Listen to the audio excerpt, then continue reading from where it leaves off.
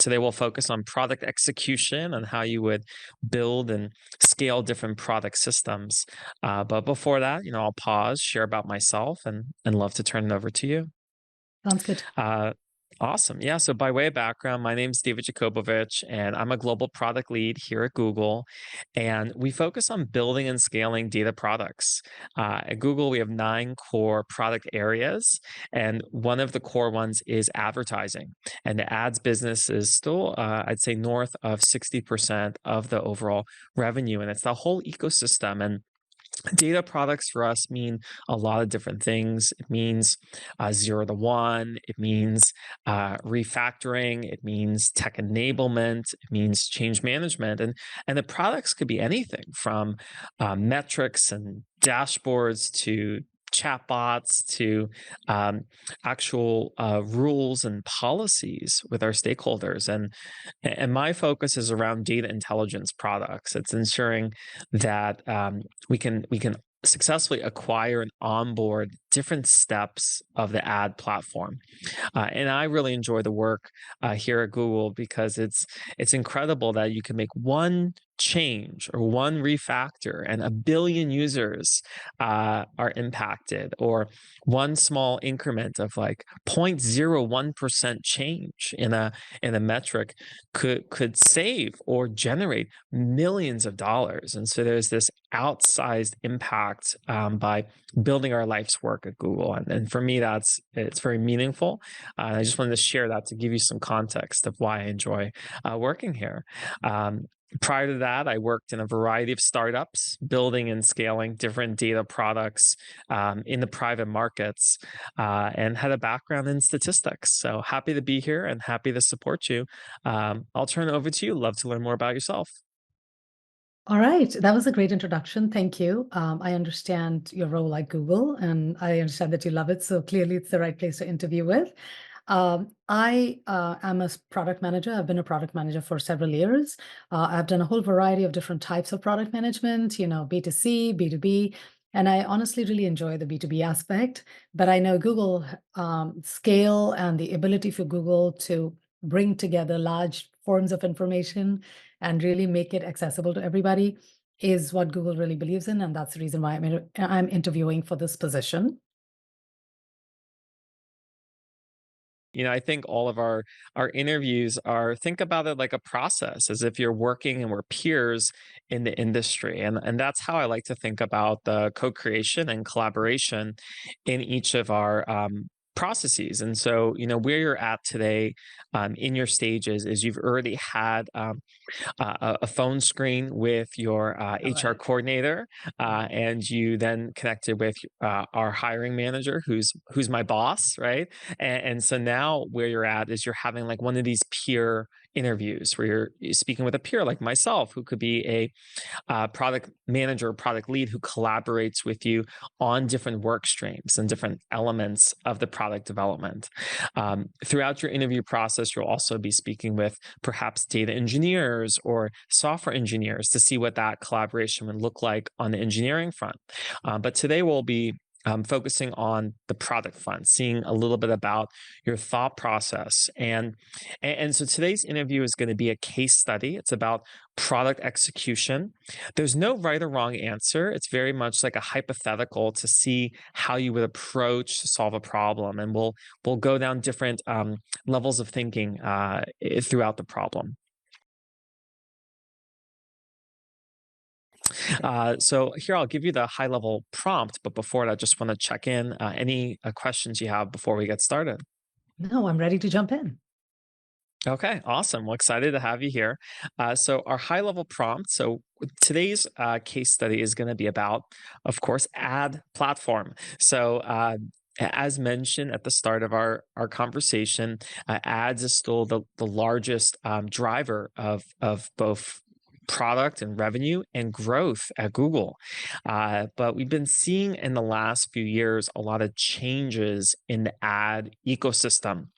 Ad platforms today are encountering a lot of challenges from policy, from different platforms, and advertisers today have a lot of different choice to engage with their audiences, and it's becoming even more challenging to explore how do you target and retarget an audience, how do you offer those advertisers the right control around data privacy, around ad creative and development to ensure that just this whole end-to-end process about data collection is secure, safe, and putting the advertiser in control. So, with that prompt in mind, the question is if you could share with us to start, how would you think about maybe executing or building a rollout of some update to the ad platform that would enable the advertisers with this type of data privacy and control? Perfect. So when I look at an ad platform, and let me just say that clearly it's top priority for Google because 60% of the revenue comes from there, and you mentioned that's still the case. So when I think about an ad platform, I typically view it as a two-sided ecosystem. Actually three-sided, but two-sided, which is really the advertisers, just like you mentioned, and the people who are actually seeing the advertisement and reacting to that or doing something with that ad. Of course, it's a Google platform which allows that interaction, but I'm mainly going to focus on these two portions. Does that sound like a good plan for you right now, or did you want me to consider some other uh, people or um, people in the ecosystem that I might have missed? I think you're thinking about it just right, and for the case study, I think those two-sided would be a great focus for today.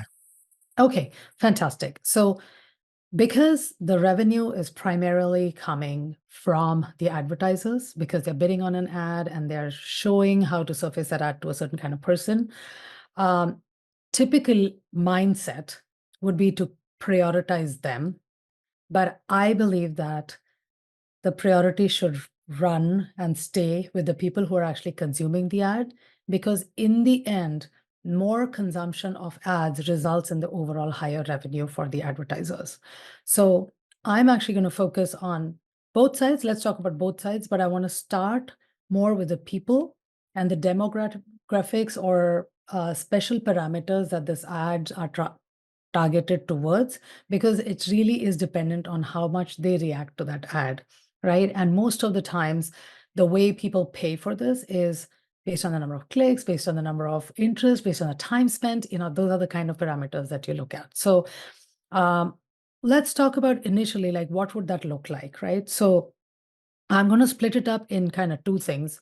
One is a process of onboarding, and one is kind of the tools that make this happen, right? So let's talk about the process first, right? So let's talk about the process for the advertisers, and then we'll talk about the process for the people who are consuming this ad. So let's talk about advertisers. So advertisers, what do they do? What is top priority for them? And I think I always, as a product manager, look at pain points first. So the pain point is I want to create an ad that is most effective. And if I were to look at a North Star metric, the ad that actually someone clicks on and looks at, right? So I would need to create an ad. There needs to be a workflow that actually allows me to create an ad and then also incorporate a review that is very, very fast. So whether it's a manual review, and I'm also going to break out the review process into two pieces. One is automated and one is manual, right? So there are tools related to both of them, and there's a process related to both of them. So an ability to create an ad, use a tool that will review the ad for you automatically, also manually, and have the quickest turnaround in order for you to be able to publish that ad, right?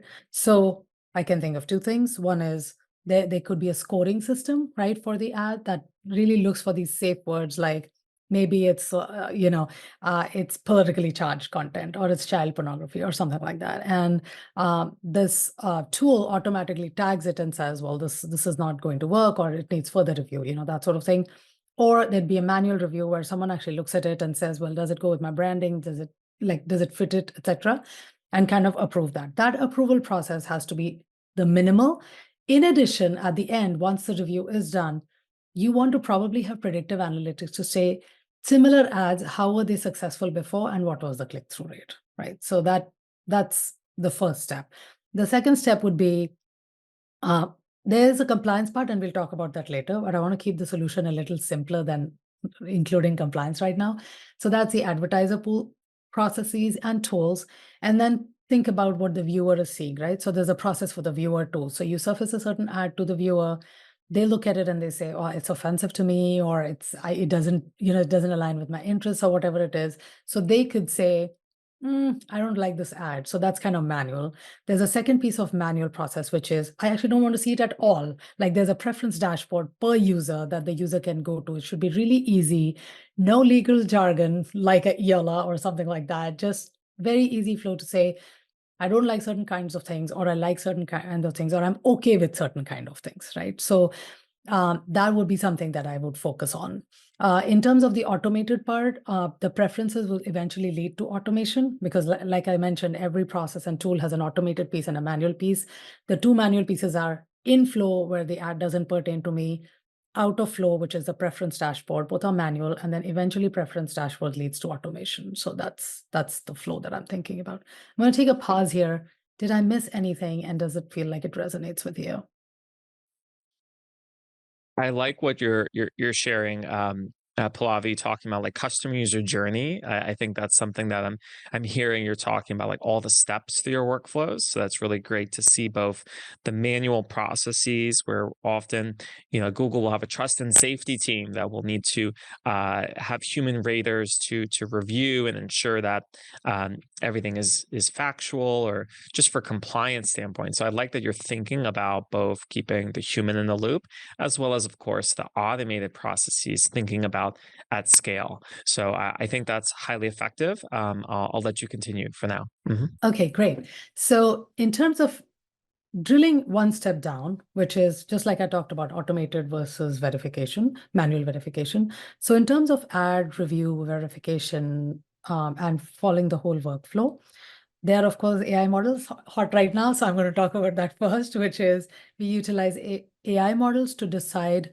on what violations have happened in the past, what does the system know already, and how can it predict to say whether it's inappropriate imagery or copyright or whatever the case may be, right? So you could use that. That's solution number one. Solution number two is actually something that people don't necessarily think about, but it's very valuable, which is you can actually have third-party people do this for you. You can pay them, and they do have specialists and experts actually review this for you because they're trained in such a way that they can actually figure it out faster. So if the success criteria is to make the review process shorter and the publishing times shorter, that is a very good way. And you could have a rev share model with these partners to say, if we are mitigating certain threats and copyrights or PR issues, they could get a cut from there. So that's second. The third one is really the feedback mechanisms that users provide to you, and keep a track of that. So I hadn't talked about that earlier, which is the user actually says that it's inappropriate or doesn't like or reports it back. You probably track it very closely to say per week or per month, how many people are reporting, and that kind of goes into the quality control process, and that kind of feeds into the overall model that says next time we probably won't surface these ads to these type of people, right? So that we hadn't talked about that. We had talked it at a per user level, but we didn't talk about the broader ecosystem. Right. So I'd say that would be important. It's a part of data and data collection. So I thought I'll make sure that I say that.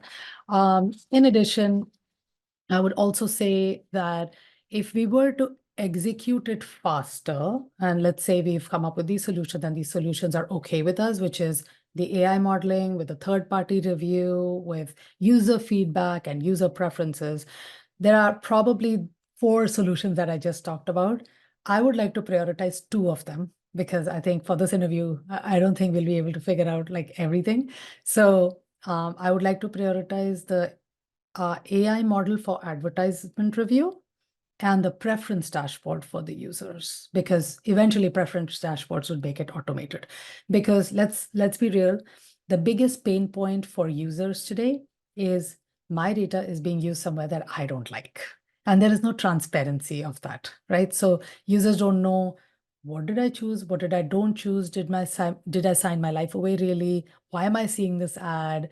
It's irritating versus whatever. So if you think about it, it's really dependent on what you've done in the past and also your preferences. So I'm going to focus on the preference dashboard, and going to work on the AI tools uh, part for advertisement review.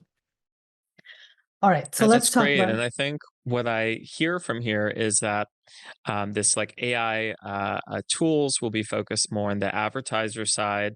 And is the preference dashboard, is it also the advertiser side, or is it more like you or I, if we have the ads, like would I sign in and view my dashboard and toggle on and off different ad preferences? Just love to see if that's what you meant there. Mhm. Yeah, that's what I meant. So I wanted to have a win-win solution for both sides of the ecosystem. Maybe I should prioritize one of the other, but I think both are equally important in this situation, even if advertisers are the actual revenue generators. So what I'm talking about here is the users, the end users who are actually viewing the ad, their preferences, because one, you're mandated by compliance, right? CPA, California Privacy Act, as well as GDPR requires you to do that. You're supposed to provide a preferences dashboard where the user can actually toggle on and off to say, I want to share my data. I don't want to share this type of data. I don't want to share my name, or I want to share my age, that sort of thing, and kind of make it simpler. Say about me, about my information, about my interests. Like there are different categories that you could think of where you provide them that a way of easily giving them the option of opting out or opting in, actually, and I have some ideas around opting in. So we can talk about that. So let's first talk about the AI model, which Now, is one more on. question I'd love to check in on before we dive into it. So, I think, Pallavi, you hinted at that you wanted to prioritize these two ideas, the AI model Yeah. and the focus on this preference dashboard out of the four. Could you tell me a little bit about your process and how you would prioritize these two or stack Yeah. rank against the four total ideas that you suggested? Yeah. The reason why I chose these two ideas is because typically I prioritize ideas impact times reach, right? It's a very simple equation. That's the framework I typically use. And pain, the depth of the pain. Okay. So as we are going along in this AI world and advertising world, people have stopped trusting ads as much. And typically people will skip ads. Like if you look at the number of people who skip ads in YouTube, or, people who scroll through, it's becoming higher and higher because people feel like their data is being used to their disadvantage and not to their advantage, right? And there's a lot of pain around this. Like people are more vocal about it. People are also feeling a little distance, and that which is the reason why social media is losing its star power pretty much. So um, that's why I wanted to prioritize the preference dashboard, because the users want more transparency. And the fact that they want more transparency is not just because they don't want to see something, it could because they want to probably be compensated for the data that they've been sharing, right? So I think that the landscape has changed significantly just in the last 2 years, and which is the reason why I was prioritizing that. Also, the pain is also increased. Like there's a lot of talk. And why did GDPR even come into place? Right? Because of the discontent of users, right? So that's one. And also concerns about privacy. Like everyone wanted to share everything on social media 12 years ago, and now that's not really true. Okay. So that's one. The second piece is the advertiser piece, which is advertisers just want to sell their product. They want to get to the maximum number of people, and they want the largest amount of conversion. They don't want to review their ads. They don't want to review and make sure that, okay, oh my God, did I violate something? And they don't really know. Even some of the ad makers don't really know that. Like they're just bidding for an ad, but they're not really, they don't know about all compliance stuff. They don't know everything about everything, really. They expect machines to help them out, right? To make their ad the best that's out there, to get the most views that are out there, which is why I focused on the AI model for the advertisers, but more human accessible model for the viewers. Got it. That makes a lot of sense. And so, So with that in mind, taking these two ideas, I'm sure this is where you were going towards, but like let's describe your execution plan. Like what would that look like for building out these systems, for the data and the ad preferences for the accounts? Perfect. And as you go about that, how would you balance that transparency and control? I think you've hinted at it earlier, but to build that smooth user onboarding and user experience during implementation. Perfect. I don't have the perfect design because the designs vary quite a bit. I can only speculate, and which I think I hinted at earlier, which is better compartmentalization of what type of data is being shared on the preference dashboard, as well as probably giving hints along the way about what other people of their mindset have chosen based on their previous usage. That would be something we should think about. But more importantly, the way to execute it would be one, to do A/B testing. That's what I've always done as a PM, right? So I would choose certain set of users and surface some this preference dashboard in flow when they're actually interacting with your system, and say that, well, we have new preferences for you, which will give you either better ads or give you other options related to ads. And I'm thinking of ads also the way they impact people in multiple ways. One, I see a category of people who want to see relevant ads, who actually want to use that for discoverability, right? So for those type of people, your preference dashboard looks slightly different, and some preferences above the fold look slightly different, right? The second category, I don't want to see ads at all. And in that situation, obviously there's a balance, right? Like you are charging your advertisers to show ads. And if someone doesn't want to see ads at all, that model doesn't work for you as a business. So in that situation, if someone really chooses that, they don't have any other option but to say, I'm going to pay for your platform to even view, right? That's option number one. Option number two is I'm okay with seeing the ads, but I need to know where my data is going, or the advertisers need to pay me directly if they want to see my data. That would be a really big win-win situation. Yes, Google or another ad platform may not make all the money that they make today, but even providing a little cut for the person who's sharing the data is quite valuable. So I would say that might be a good win-win solution for both in the preference dashboard, saying that I don't want it at all and I'm going to pay for the platform, or share a piece of the pie with me and let's take it from there. So I think that's a pretty good model. We could test it with different types of users. Again, A/B testing. So for a period of time, for example, for 3 months, for a quarter, I would share it with the first type of people who want to see ads but want to see relevant ads, and tailor the preference dashboard based on that. Next step would be for people who don't want to see ads at all. What would they do if I give them that option? Maybe we have to be aware that they might leave our platform altogether, and the leaving of the platform might be of concern. So you probably try it out for less number of people. Even before you get to the A/B testing, what we used to do in eBay while I was a PM there, we would actually test it on focus groups. Focus groups tend to be a little not the most accurate way of predicting the outcome. And the reason is because it's so dependent geographically, the mindset of the people, and the sample size is very, very small, right? So I like A/B testing better than focus groups, but focus groups could give us an early indicator of what that might look like. So that would be the execution plan for the preference dashboard. For the advertisers, I have a slightly different approach, which I've tried before and has succeeded. So because advertisers tend to be businesses and they're a little bit more open for training, I would do a lot of webinars or have these seller conferences or advertiser conferences that I host as a platform, and train them on what these tools might look like and how these tools work in the background, right? We explain to them that you can just create the ad. We're going to make it super easy for you. But here's the workflow that you'll have to do, and here's the turnaround time that you'll have to wait for. It'll be an AI model, but eventually you will have to do your own review. If you want to pay for a manual review later, we'll take extra payment for you, that sort of thing. So there has to be some sort of training for them. And typically they are open to training because they want best outcome and the best success rate.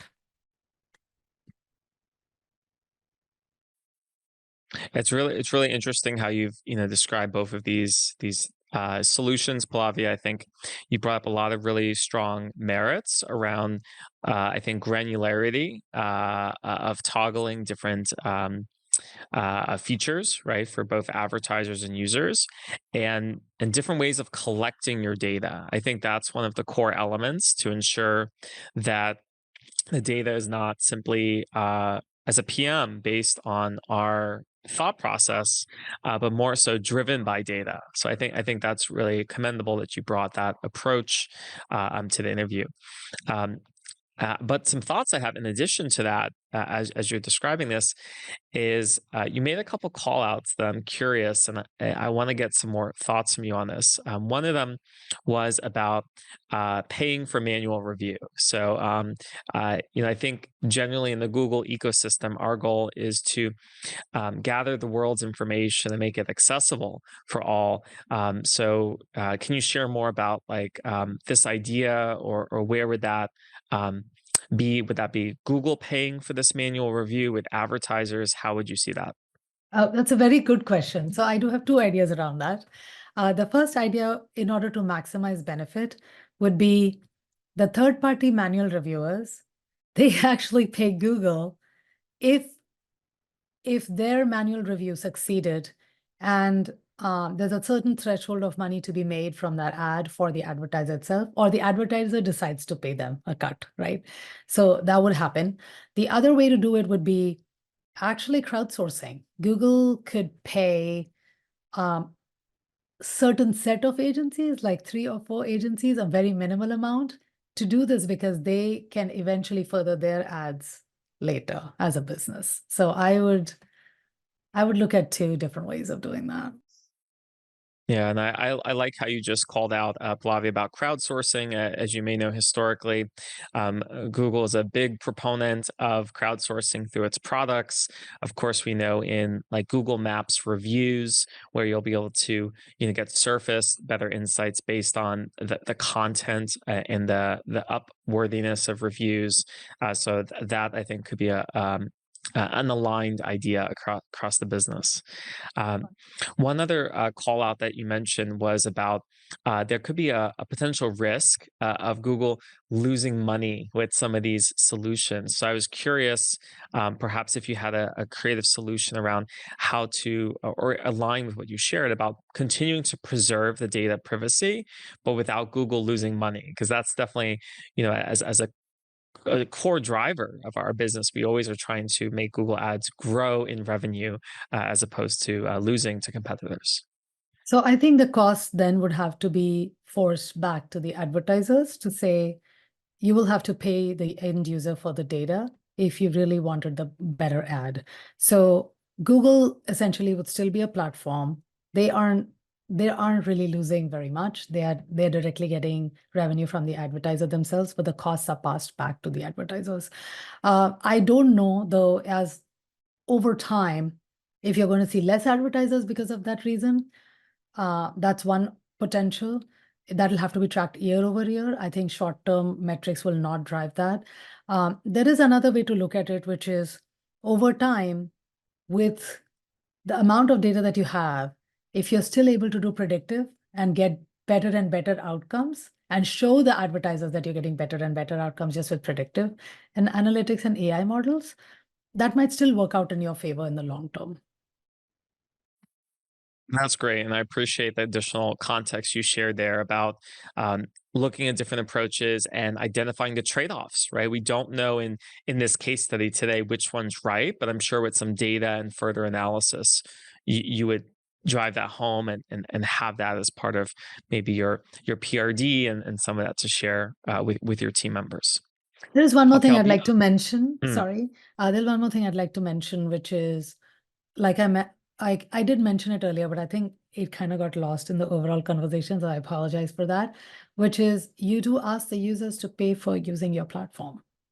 So if they don't really want to share the data, Google still makes money in the end, because the users are saying, I don't want to share my data, but I'll pay to use your platform. And that's really been that's been mentioned many times over the years, over the last 10 years or so. And no one has had the uh, mental strength to try it. No business has had that strength to try it. And it might be something that the world is ready for right now. That's right, and I think, Pallavi, you're mentioning a good call out to one of our other products. As we may have seen in the last year or two, YouTube has rolled out a very interesting pricing model where, you could, subscribe without ads, and so it sounds like you're hinting to our other product lines that are, giving users that choice, though through a paying to not have those ads surface. That's a great, call out, and thanks for noticing that in our other offerings. So let's go into one more a final section. I know we're getting tight on time, but it's been really helpful. This one we can keep a little short, but from everything you've synthesized and brought together on these, can you share a little bit about what the go-to-market strategy would be then for rolling out either or both of these features? Yeah. So the way I've done it in the past, and I've come from a very B2B background, so please excuse me. The biggest thing that I always do is beta testing, right? That is a true qualifier of what this is going to look like, how people are going to receive it, and do the whole iterative development process. So I have a specialized team that I'll typically set up for beta testing. There's an engineer who's completely dedicated to the beta testing piece for each of the feature sets that we roll off. We first start with figuring out who those people are that we are going to surface this test to, and then add these two different types of formats or different types of things that we have allowed for review in different environments, and test it week over week and track our metrics week over week. And the metrics for advertisement review could be very simple thing like I mentioned, which is the quickest way of review, either AI or manual. And gather feedback from the advertisers in the end to say, okay, here's a survey for you. You participated in our beta test. One, what did you like or dislike about the product? And then secondly, really did it meet your needs? Do you feel like this is going to work for you? So beta testing is one option. And the second option is to do iterative development as they're going through the product, as they're going to the usage of the product, either preference dashboard or the review process. You take feedback from them on an ongoing basis. So it's a research/beta testing effort. I think that's so important, right? I always think about the different levels of a rollout, right? It could start with, as you're saying, this like pilot where you're gathering that feedback, and I guess the question I'd be curious about is why is this so important? You gather this feedback, but then what? Let's say some users or enterprise customers come back and say, um, Pallavi, you got 8 out of the 10, but we got this data issue, or we're missing this other requirement. Now what happens next? I think that's also another very important point. It depends on how far or deviated from the original predicted metrics you are. Okay. So typically you do the 80-20 rule. If it's meeting 80% of the customer's needs, you do end up rolling it out with the conscious knowledge that N amount of dollars are going to be lost because 20% of the people aren't really happy. The second piece of that is really, if the 20% isn't that happy, why aren't they happy? And what can we do about it? What could the tweak in the existing design be that could meet maybe 5 additional percent of these users? Your solution will never meet 100% of the users. I mean, that's just the reality, So you basically launch and have the best intent and provide a way to onboard the 20% who didn't really agree with the solution. So that's really how I approach any business problem. And again, metrics say it all. It has to be year over year. It has to be a long-term indicator versus a short-term indicator. Change is never good for anyone. Nobody really adapts to change that quickly. So, and understanding that change management takes time also is a very important piece of business. Mm. Yeah, I think you did really well here, Pallavi, talking about the end-to-end process from, the early parts of our case study today about gathering the general requirements and thinking about this holistic problem of data privacy from the two-sided marketplace. Then you prompted or suggested 4 different solutions where you stack ranked and prioritized down to 2 that you'd like to focus for both the advertiser and the end user. You then share with us perhaps what some of those features and product updates would look like and the data components that would measure privacy. And then you covered trade offs, like what could an alternative universe of products be if there were additional expansion opportunities or more engineering resources to further build and complement your solution. In fact, you spoke about one of the core areas of product management, which is feedback and constantly gathering that and knowing that no product is finished on day one and even on launch day, right? But we're constantly launching and landing and shipping and making those adjustments. And as long as you suggested, gathering that feedback, that's a great way to ensure you build consensus and broader alignment with your stakeholders. Yeah, I'd like to pause there, check in, see if you had any concluding remarks or additional comments.